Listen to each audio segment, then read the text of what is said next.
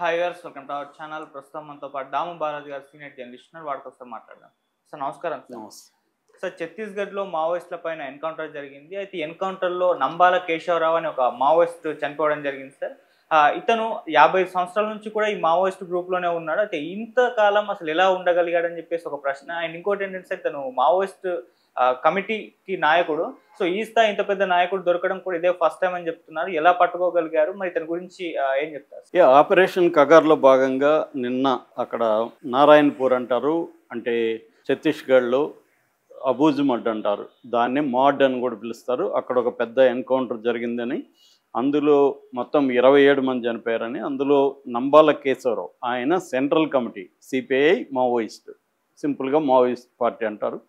Maoist పార్టీకి central committee ఉంటుంది. నేను దాని మీద అంతా కూడా ఒకసారి వీడియో చేశాను, వాళ్ళ ఆర్గనైజేషన్ స్ట్రక్చర్ ఎలా ఉంటుందని.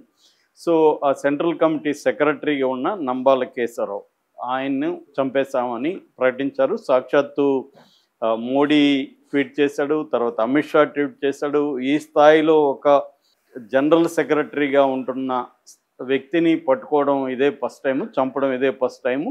సో నేను అభినందిస్తున్నాను అని చెప్పి ఇద్దరు కూడా అభినందించారు. సో ఇక్కడ ఇప్పుడు అందరికీ ఆశ్చర్యం ఏంటంటే, ఒక సెంట్రల్ కమిటీ సెక్రటరీ స్థాయిలో ఉండి 55 ఏళ్ల పాటు ఈ ఉద్యమంలో పనిచేసిన వ్యక్తి ఎలా దొరికాడు? అసలు ఈ 55 ఏళ్ళు ఈయన దొరకకుండా ఎలా తప్పించుకోగలిగాడు? సో అసలు ఈయన బయోగ్రఫీ ఏంటి? ఈయన ఎక్కడి నుంచి ఎక్కడికి ట్రావెల్ అయ్యి ఏ స్థాయిలోకి వెళ్ళాడు? ఇప్పుడు మావోయిస్టు ఉద్యమం పరిస్థితి ఏంటి?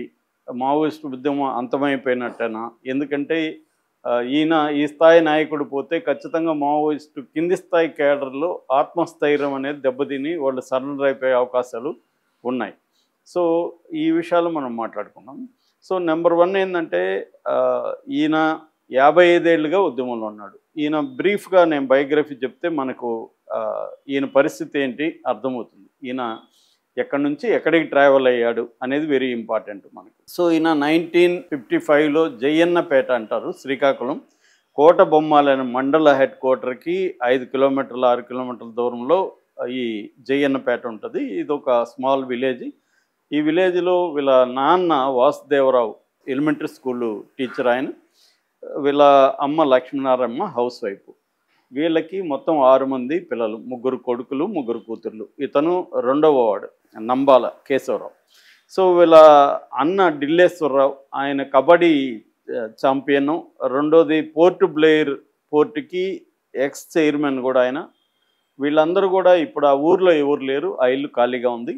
సో ఈ నంబాల కేశవరావు అక్కడ ఊర్లో చిన్నప్పుడు చదువుకున్నాడు. ఆ తర్వాత ఇంటర్మీడియట్ కంప్లీట్ చేసిన తర్వాత ఆర్ఈసి వరంగల్ అంటారు, వరంగల్లో ఆర్ఈసి అని ఉండేటప్పుడు రీజనల్ ఇంజనీరింగ్ కాలేజీ, దాని తర్వాత అది నేషనల్ ఇన్స్టిట్యూట్ ఆఫ్ టెక్నాలజీగా మారింది.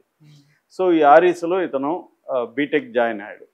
తను ముందు నుంచి ఇతను కూడా కబడ్డీ ప్లేయరు, వాలీ ప్లేయరు, మంచి ఫిజికల్ 6 అడుగుల ఆజానుబాహుడు, మంచి ఫిజికల్ ఫిట్నెస్ ఉంది. సో అక్కడ ఏమైందంటే, వరంగల్ ఆర్ఈసి కాలేజీలో అప్పుడు కొండపల్లి సీతారామయ్య, ఇదంతా ఇప్పుడు 70sలో కొండపల్లి సీతారామయ్య అక్కడ వాళ్ళ కొడుకు చదువుతున్నాడు, చందు చదివేవాడు. అయితే కొండపల్లి ఏమో అక్కడ మెస్ పెట్టాడు, క్యాంటీన్ ఎక్కడ కాలేజీలో. అతని ఉద్దేశం ఏమంటే, ఇక్కడ పిల్లల్ని వీళ్ళకి విప్లవం బోధించి విప్లవంలోకి తీసుకురావాలి అనేది కొండపల్లి ఉద్దేశం. అందుకని ఈ పెట్టి మెస్కి వచ్చే పిల్లల్లో ఎవరు యాక్టివ్గా ఉన్నారు, ఎవరు ఉన్నారు చూసుకొని వాళ్ళతో స్నేహం చేయడం, వాళ్ళకి పుస్తకాలు ఇవ్వడం. అప్పటికే నక్సల్బరీ మూమెంట్ అనేది జరిగింది 1967లో. సో సిలిగురి అనే జిల్లాలో వెస్ట్ బెంగాల్లో జరిగింది. ఆ ప్రేరణతో కొండపల్లి పనిచేస్తున్నాడు. ఆ తర్వాత 74 ప్రాంతంలో ఆర్ఎస్ రాడికల్ స్టూడెంట్ యూనియన్ అనేది ఏర్పడింది. దాని తర్వాత 1980లో సిపిఐఎంఎల్ పీపుల్స్ వార్ అనేది ఏర్పడింది. అంతకుముందే ఇక్కడ రకరకాల పేర్లతో ఉద్యమాలు జరుగుతున్నాయి. అందులో సూరపనేని జనార్దన్, జన్ను చిన్నాలు, ఈ కొండపల్లి చందు ఇలాంటి వాళ్ళతో ఈయన కూడా కలిశాడు. ఎవరు, నంబాల కేశవరావు కూడా కలిశాడు, ఉద్యమాల్లో పాల్గొన్నాడు. అలాగా ఆయన యాక్టివ్గా ఉన్నాడు. ముందు రాడికల్ స్టూడెంట్ యూనియన్లో ఉన్నాడు. తర్వాత 1980లో ఈ సిపిఐఎంఎల్ పీపుల్స్ వార్ అనేది ఏర్పడింది, communist party of India people's war. ఈ పీపుల్స్ వార్ ఏంటంటే, చైనా మోడల్లో ఇక్కడ ఇండియాలో విప్లవం తీసుకురావాలి అంటే, ముందుగా గ్రామాలని విముక్తి చేసి తర్వాత నగరాలను క్యాప్చర్ చేసి అంతిమంగా ఢిల్లీని క్యాప్చర్ చేయాలి అనేది దీన్ని దీర్ఘకాలిక పోరాటం అంటారు. దీన్ని నూతన ప్రజాస్వామిక విప్లవం అని కూడా వాళ్ళు పిలుస్తారు. ఇది ఒక రకమైన బూర్జువా విప్లవం అనేది వాళ్ళు చెప్పారు. దానికి ఒక వ్యూహము, స్ట్రాటజీ ఇవన్నీ చేశారు. ఈ క్రమంలో కొండపల్లి సీతారామయ్య ఏంటంటే ఒక గెరిల్లా వార్ జోన్, గెరిల్లా పోరాటానికి ఒక వార్ జోన్ ఏర్పాటు చేయాలని ఇక్కడ నుంచి నేపాల్ వరకు కూడా ఒక ప్లాన్ వేసుకున్నాడు ఆయన. దీన్ని రెడ్ కారిడార్ అని పిలిచారు. సో ఆయన ఏం చేశాడంటే ఒక 7 దళాలు, 49 మందిని 7 దళాలుగా ఫామ్ చేసి ఆయన ఈ దండకారణ్య ఫారెస్ట్ అంటారు, అది 6-7 రాష్ట్రాల సరిహద్దుల్లో ఉంటుంది. ఈ దండకారణ్య ఫారెస్ట్ ఏరియా బంగ్లాదేశ్ కంటే కూడా పెద్దదన్నమాట. ఇక్కడికి ఈ దళాలని పంపించాడు ఆయన. అందులో నంబూరు కేశవరావు కూడా ఉన్నాడు. అలా ఈయనేమో ఈస్ట్ డివిజన్కి వెళ్ళాడు. అంటే ఈస్ట్ డివిజన్ అంటారు తూర్పుగోదావరి ఆ ప్రాంతాన్ని, ఈస్ట్ డివిజన్కి ఈయన వెళ్ళారు. సో ఇలాగే ఈయన ఉద్యమాల్లో ఉంటూ ఉన్నాడు. అయితే ఈయన ఫస్ట్ ఒకసారి మాత్రం అరెస్ట్ అయ్యాడు. అదేంటంటే ఏబీవీపీకి ఆర్ఎస్కి మధ్య గొడవలు జరిగి ఆ గొడవల్లో ఈయన అరెస్ట్ అయ్యాడు. అది మామూలుగా లీగల్గా ఉన్నదే కాబట్టి అప్పటికి మళ్ళీ బెయిల్ వచ్చింది, బయటకు వచ్చాడు. ఆ తర్వాత యూజీలోకి వెళ్ళిపోయాడు. సో ఈజీలోకి వెళ్ళిపోయి ఆయన అప్పటి నుంచి ఇప్పటి వరకు అంటే మొత్తం లైఫ్ ఆయన దాదాపు 55 years ఈ ఉద్యమ నక్సలైట్గా, మావోయిస్ట్గానే గడిపాడు.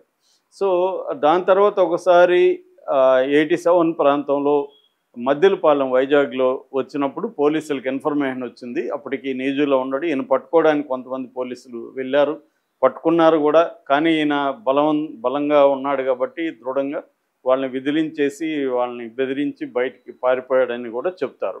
సో అప్పటి నుంచి ఇప్పటి వరకు ఈయన దొరకలేదు. దొరకకుండా ఉండడానికి ప్రధాన కారణం ఏంటంటే టెక్ మెథడ్స్ అంటారు నక్సలైట్ల ఉద్యమాలు.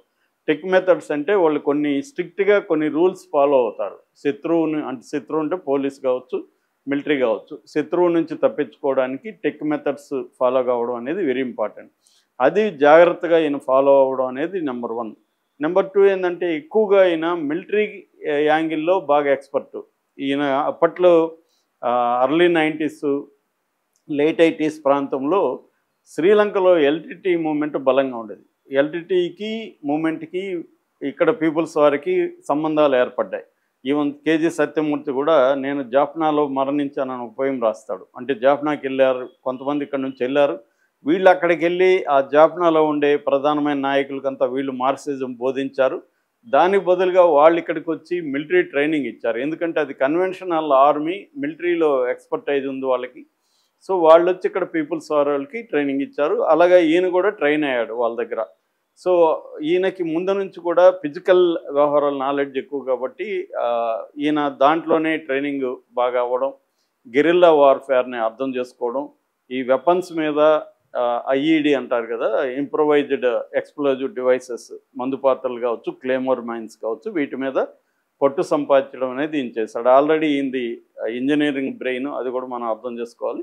సో ఈయనకి టెక్నాలజీ పట్ల ఫ్యాసినేషన్, ఫిజికల్ వార్ఫేర్ పట్ల ఫ్యాసినేషన్, ఆర్గనైజేషన్ పట్ల ఫ్యాసినేషన్, వీటి వల్ల ఆయన త్వరగా ఎదగగలిగాడు అనమాట. ఫస్ట్ రీజనల్ సెక్రటరీగా ఉండి తర్వాత దండకారణ్య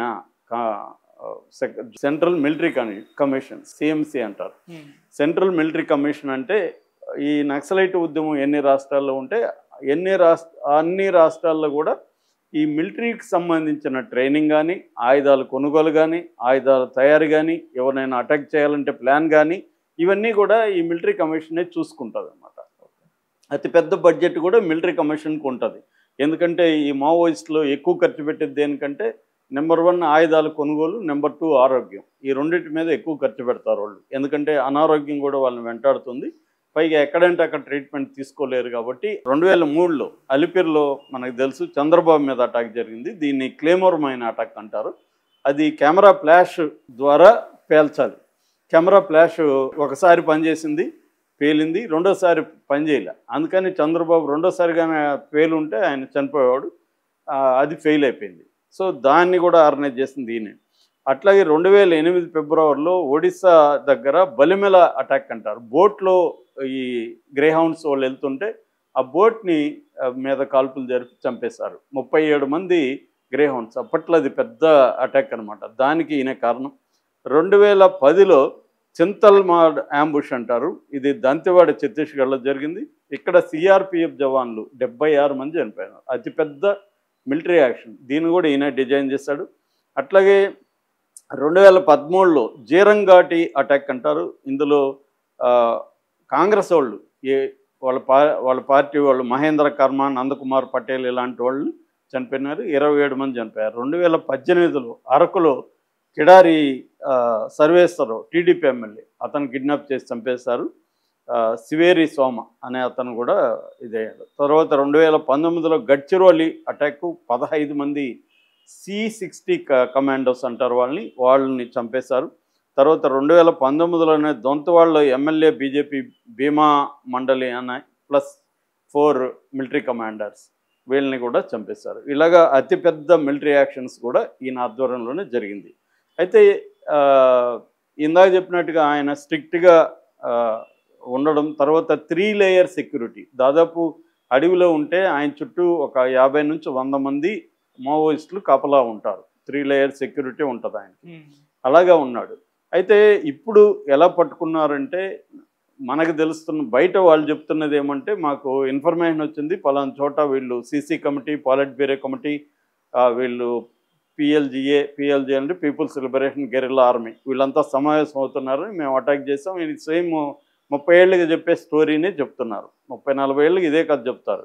అక్కడ మావోయిస్టులు ఉన్నారని మాకు ఇన్ఫర్మేషన్ వచ్చింది, మేము అటాక్ చేసాము, లొంగిపోమన్నాము, వాళ్ళు కాల్పులు జరిపారు, మేము కాల్పులు ఆత్మరక్షణ కోసం కాల్పులు జరిపితే వాళ్ళు చనిపోయారు, మాకైతే ఏమి గీక్కోలేదు అనేది చెప్తుంటారు.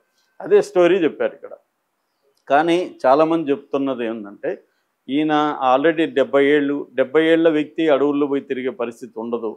వాళ్ళు ఎక్కడో ఉండి గైడ్ చేస్తే గైడ్ అవుతుంటారు, మిగతా వాళ్ళు పనులు జరుగుతుంటాయి తప్ప వాళ్ళు అడవుల్లోకి వెళ్ళి నడిచి తిరగడం అనేది వెరీ వెరీ డిఫికల్ట్.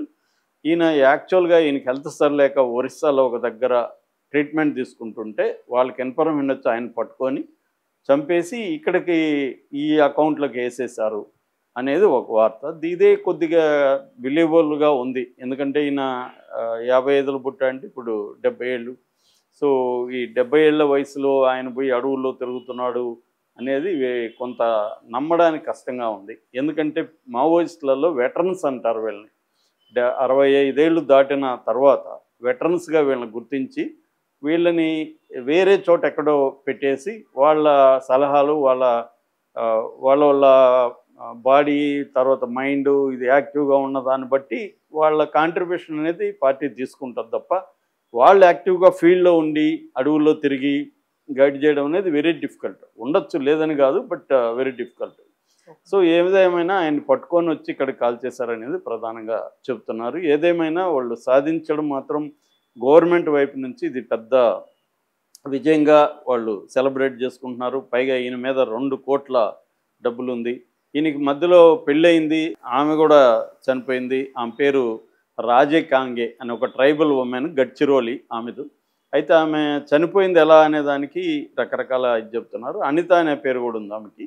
సో ఆమె ఆత్మహత్య చేసుకుందని ఒక వెర్షన్, ఎందుకంటే ఆరోగ్యం బాగాలేదు, తర్వాత మెంటల్గా డిస్టర్బ్ అయింది, అందువల్ల ఆమె ఆత్మహత్య చేసుకుందని ఒక వార్త వస్తుంది. అది ఎంత నిజమో నాకు తెలియదు. ఎందుకంటే ఈ మావోయిస్టులకు సంబంధించి కొన్ని విషయాల్ని పోలీసులు కావచ్చు, మిలిటరీ కావచ్చు, ఒక్కోసారి రాంగ్గా కూడా ప్రొజెక్ట్ చేస్తుంటారు. వాళ్ళని బ్యాడ్ లైట్లో చూపించడానికి వాళ్ళు రేపులు చేస్తారని, స్త్రీల పట్ల ఇట్లా వ్యవహరిస్తారని, కండోములు ఎక్కువ వాడుతుంటారని, ఇలాగే రకరకాల ప్రచారాలు ఉంటాయి. అవన్నీ కూడా ఎంత నిజం అనేది చెప్పలేని పరిస్థితి. ఏదేమైనా ఈయన ఒక 55 ఏళ్ళ పాటు ఉండడం ఎవరికైనా షాకింగ్గా ఉంటుంది, ఎలా ఉండగలిగాడని. ఎందుకంటే సగటు వయసు వాళ్ళకి 27 ఏళ్ళే పార్టీలో. 27 ఏళ్ళ కంటే బతకడం అనేది మావోయిస్ట్ పార్టీలో చాలా కష్టం. ఎందుకంటే వేలాది మంది, ఇప్పుడు మనకు పారామిలిటరీ ఫోర్సులే 25 లక్షలు ఉంటారు ఇండియాలో. ఆ స్థాయి మిలిటరీ ఉంటుంది, టెక్నాలజీ ఉంటుంది. దీన్నంతా ఎదుర్కొని నిలబడి బతకడం అనేది వెరీ డిఫికల్ట్ ఇన్నేళ్ల పాటు. ఈయన రెండవది ఏంటంటే నమ్మకాలు పోతాయి, మనం చేసేది కరెక్టా, అసలు విప్లవం వస్తుందా, ఇటువంటి నమ్మకాలు పోయి చాలామంది బయటకు వచ్చేస్తారు. మూడవది అనారోగ్యాలు విపరీతంగా ఉంటాయి వీళ్ళకి. ఈ అనారోగ్యాల వల్ల కూడా బయటకు వచ్చేస్తారు. సో అనారోగ్యం, అపనమ్మకాలు, తర్వాత ఉండలేని అక్కడ ఒక్కొక్కసారి ఇతరులతో క్లాషెస్ కూడా వస్తాయి, పార్టీలో విభేదాలు కూడా వస్తాయి, నాయకత్వంతో గొడవలు కూడా వస్తాయి. సో ఆ గొడవలలో కూడా బయటకు వచ్చేస్తారు. ఇలా రకరకాల కారణాలతో బయటికి రాకుండా అయినా ఉండడం అనేది మాత్రం చాలా స్ట్రాంగ్గా అయిన మెంటలీ అండ్ ఫిజికలీ చాలా స్ట్రాంగ్గా ఉన్నాడు. తను నమ్మిన దానికోసం లక్ష్యం కోసం ఆయన పోరాడాడు. వాళ్ళ పాలిటిక్స్తో మనం విభేదిస్తామా ఏకీభవిస్తామా అనేది వేరే విషయం. కానీ ఇప్పుడు ఏంటంటే ఆయన మీద రకరకాల ఎక్కువ మంది ఆయన చనిపోవడాన్ని బాధపడుతూ పోస్టులు తెలుగు వాళ్ళు పెడుతున్నారు. కొంతమంది మాత్రం మావోయిస్టులు మూర్ఖంగా ఇంకా ఇటువంటి ఒక పెద్ద స్టేట్తో ఎలా పోరాడతారు, వీళ్ళ దగ్గర తప్పంచాలు, వీళ్ళేదో పాత గ్రెనేడ్లు ఇలాంటివి పెట్టుకొని ఒక పదుల సంఖ్యలో ఏకపాటి సేవలు పెట్టుకొని లక్షలాది సైన్యంతో ఎలా పనిచేస్తారు, వాళ్ళ టెక్నాలజీ వాళ్ళు ఇది ఏంటి.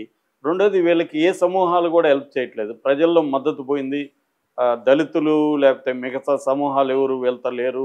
ఓన్లీ 500 రకాల ట్రైబులో 50 రకాల మోస్ట్ బ్యాక్వర్డ్ ట్రైబ్స్ మాత్రమే వీళ్ళ వెంట ఉన్నారు. సో ఈ పద్ధతిలో వీళ్ళు విప్లవం ఎన్ని రోజులు చేస్తారు అన్న సందేహాలు, అంటే వీళ్ళకి మద్దతు ఇచ్చే వాళ్ళల్లోనే ఇటువంటి సందేహాలు ప్రశ్నలు అనేక ఉన్నాయి. ఏదేమైనా ఈయన చనిపోవడం మావోయిస్ట్ పార్టీకి పెద్ద లోటుగా చెప్పచ్చు. ఎందుకంటే 55 ఏళ్ల అనుభవం ఉన్న నాయకుడు చనిపోవడం అనేది పెద్ద లేటు. మళ్ళీ అలాంటి నాయకుడు తయారు కావడానికి ఇప్పుడిప్పుడే తయారవడం అనేది కష్టం. సో నాయకత్వం ఈ మధ్యకాలంలో చాలా దాదాపు 14 నుంచి 16 మంది స్టేటు సెంట్రల్ లెవెల్ స్థాయి నాయకులు చనిపోయారని చెప్తున్నారు. 2024లో 287 మంది మావోయిస్టులను చంపేశారు. ఇప్పటికైతే ఈ 3 నెలల్లో 113 మంది మావోయిస్టులను చంపేశారు. తర్వాత 1000 మందికి పైన అరెస్టులు జరిగాయి. తర్వాత సరెండర్ అయింది కూడా ఈ 2 ఏళ్లలో దాదాపు 1000 మందికి పైన సరెండర్ అయిపోయారు. సో ఈ నేపథ్యంలో ఈయన చనిపోవడం అనేది మావోయిస్ట్ పార్టీకి కానీ మావోయిస్ట్ పార్టీని అభిమానించే వాళ్ళకి కానీ ఒక పెద్ద బ్లోగా మనం చెప్పుకోవచ్చు. రెండోది ప్రభుత్వం మీద కూడా తీవ్ర విమర్శలు వస్తున్నాయి. ఒక పక్క వాళ్ళు మేము ఆయుధాలు పక్కన పడేస్తున్నాము, చర్చలకి రెడీ, మేము కాల్పుల విరమణ మేము ప్రకటిస్తున్నాము అని చెప్పినప్పుడు చర్చలకు ఎందుకు పిలవకూడదు వాళ్ళని? వాళ్ళేమీ నేరస్తులేం కాదు, మామూలుగా దొంగలో ఇంకోటో స్కాములు చేసేవాడు, ప్రజాధనం వృధా చేసో ఇంకోటో చేసేవాళ్ళు కాదు. వాళ్ళు నమ్మిన తప్పో ఒప్పో వాళ్ళు నమ్మిన సిద్ధాంతం కోసం వాళ్ళు పనిచేస్తున్నారు. సో దానివల్ల మీకు ప్రాబ్లం ఉన్నప్పుడు వాళ్ళని చర్చలకు పిలవచ్చు, మాట్లాడచ్చు. మధ్యవర్తులు చాలామంది ఉన్నారు, లీగల్ హెల్ప్ తీసుకోవచ్చు. ఇవేవి చేయకుండా వాళ్ళని ఇట్లా దొరికినా కూడా గాయపడిన వాళ్ళని కూడా చంపేయడం, దొరికితే వాళ్ళని గాయపడితే హాస్పిటల్కి తీసుకుపోకుండా ఆపరేషన్ కగారు పేరుతో చంపేయడం. దీనివల్ల సాధారణ ఆదివాసులు కూడా చాలా దారుణంగా, ఆమె సోనీ సోరి అనే ఒక ఆవిడ టీచరు, ఆమె చెప్తుంది